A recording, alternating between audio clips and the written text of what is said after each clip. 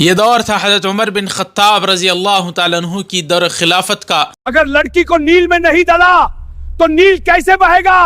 جب مصر کا دریائے نیل خشک ہو چکا تھا، قحط سالی نے ڈیرا ڈال دیا تھا، مصر کے گورنر حضرت عمر بن عاص رضی اللہ عنہ نے خط لکھا، امیر المؤمنین، یہاں کے لوگ ایک جاہلیت کی رسم ادا کرنا چاہتے ہیں کہ ہر سال وہ ایک نوجوان لڑکی کو دریا میں سجا کر دلہن کی طرح بنا کر پھینکتے ہیں تو دریا بہہ پڑتا ہے۔ اب آپ بتائیے، اسلام آ چکا ہے یہاں پر، کیا کیا جائے؟